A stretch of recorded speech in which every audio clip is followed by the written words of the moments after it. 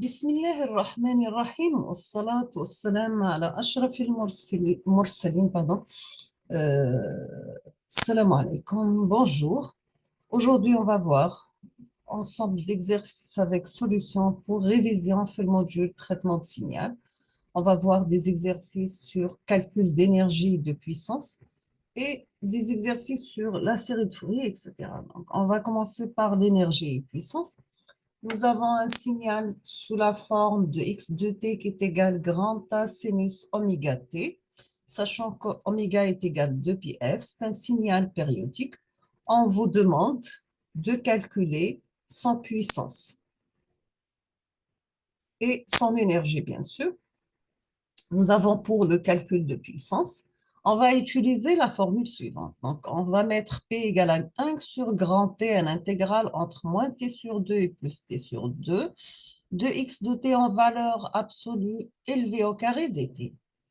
On va remplacer x de t par sa valeur qui est égale à 1 sinus oméga t. Donc, on aura la puissance P égale à 1 sur grand T, un intégral entre moins T sur 2 et T sur 2, de A au carré, sinus carré oméga T dt. On va remplacer sinus carré, parce qu'on ne peut pas calculer l'intégrale de sinus carré, on va le remplacer par 1 moins cosinus de oméga t divisé par 2. On aura dans ce cas, et on va sortir le A comme, parce que A, grand A, c'est une constante, on fait la sortir de l'intégrale, on aura la puissance P égale A carré sur 2t, un intégral entre moins t sur 2 et plus t sur 2, de 1 moins cosinus de oméga t dt. L'intégrale de 1 dt, c'était bien sûr. L'intégrale de cosinus de oméga t, c'est 1 sur 2 oméga, sinus oméga t entre moins t sur 2 et t sur 2. Après, on va remplacer dans les bornes de l'intégrale. À la fin, on aura tout simplement que la puissance égale a au carré sur 2. Si on calcule l'énergie, on aura tout simplement que l'énergie de notre signal, c'est un intégral entre moins l'infini à plus l'infini de x de t élevé au carré de l'infini. Après calcul, on aura que l'énergie tend vers l'infini. Dans ce cas, on peut dire que notre signal x de t, c'est un signal à puissance finie et à énergie infinie. C'est clair? On passe l'exercice numéro 2, c'est nous avons un signal échelon. Donc, nous avons y de t est égal u de t. U de t, c'est une fonction échelon. L'échelon est défini de 0 à plus l'infini et prend comme valeur d'amplitude égale à 1 égale à 0 pour t négatif. Donc, c'est un échelon unitaire. Donc, le mot échelon unitaire, c'est-à-dire que son amplitude égale à 1.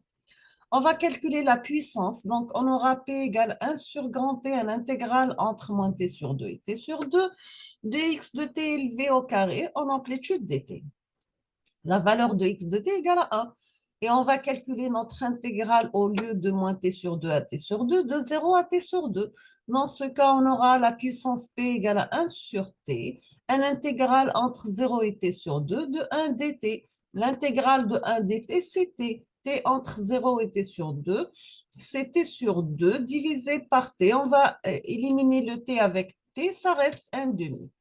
Pour le calcul d'énergie, on va calculer un intégral entre 0 et l'infini de 1 dt. Donc, la valeur de l'énergie, c'est l'infini. La même chose, on peut dire que notre signal, c'est un signal à énergie infinie et puissance finie. Cette fois-ci, nous avons un autre signal sous la forme de z de t. C'est quoi z de t? C'est x de t par y de t. Donc, c'est tout simplement notre signal sinusoïdal multiplié par l'échelon. Donc, on aura z de t, c'est égal à sinus oméga t pour t positif, égal à 0 pour t négatif. On va remplacer dans les bornes de l'intégrale. Donc, on aura pour le calcul de puissance P égale 1 sur grand T, un intégral entre 0 et T sur 2, de A au carré sinus au carré oméga T dt. Donc, au lieu de calculer l'intégrale de moins T sur 2 et T sur 2, donc on va calculer tout simplement de 0 à T sur 2. On va remplacer sinus carré oméga T par 1 moins cosinus de oméga T dt. L'intégrale de cosinus, c'est sinus. Et si on va remplacer les bornes de sinus entre 0 et T sur 2, ça sera 0. Dans ce cas, on aura tout simplement l'intégrale de dt entre 0 et t sur 2. On aura la valeur de t sur 2, bien sûr multipliée par a au carré sur 2t, Donc, on va simplifier le t avec le t. Donc, on aura la puissance égale a au carré sur 4. Z de t, c'est un signal périodique, mais il est périodique entre 0 et plus l'infini. Et si on calcule l'énergie, on aura l'énergie, elle tend vers l'infini. On passe maintenant à notre exercice. Vous avez un autre signal Z de t qui est égal à t par U de t. T, c'est la rampe multipliée par l'échelon. Nous avons un autre signal H de t qui est égal grand A exponentiellement à t pour t positif, bien sûr. Dans ce cas, si on va définir Z de t qui est égal à t par multiplié par l'échelon, donc n'importe quel signal multiplié par l'échelon, ça devient un signal causal. C'est quoi un signal causal? C'est un signal défini seulement entre l'intervalle de 0 à plus l'infini. Dans ce cas, on aura Z de t égal à t pour t positif égal à 0 pour t négatif. Le calcul de puissance, donc on aura 1 sur grand T, un intégral entre moins T sur 2 et plus T sur 2 de Z de T élevé au carré dt. On va remplacer Z de T par sa valeur qui est égale à T. Donc, on va calculer P qui est égal à 1 sur grand T, un intégral parce que notre signal est défini à partir de 0. Donc, l'intégrale de 0 à T sur 2, Z de T égale à T. Z de T au carré, c'est T au carré dt. L'intégrale de T au carré, c'est T cube sur 3. Entre 0 et T sur 2, on va remplacer les bandes d'intégrale et faire la simplification.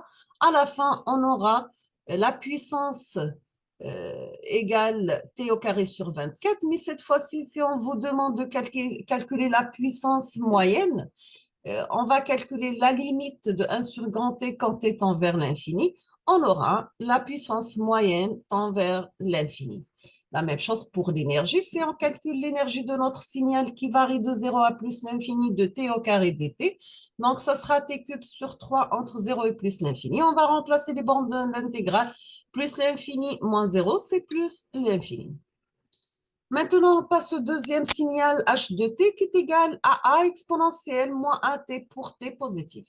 On va remplacer pour l'énergie normalement, on aura l'intégrale de moins l'infini à plus l'infini de h de t élevé au carré dt.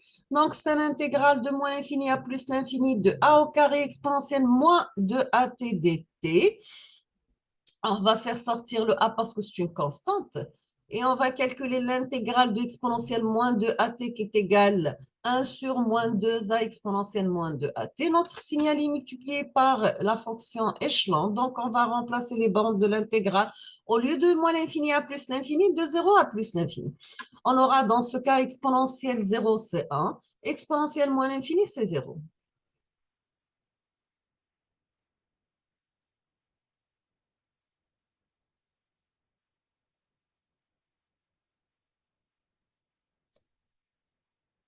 Là qu'il y a une faute, c'est que normalement, vous aurez a au carré sur 2a, exponentielle moins l'infini, c'est 0, exponentielle 0, c'est 1, d'accord? Donc, vous aurez la puissance égale à 0, ce n'est pas l'infini.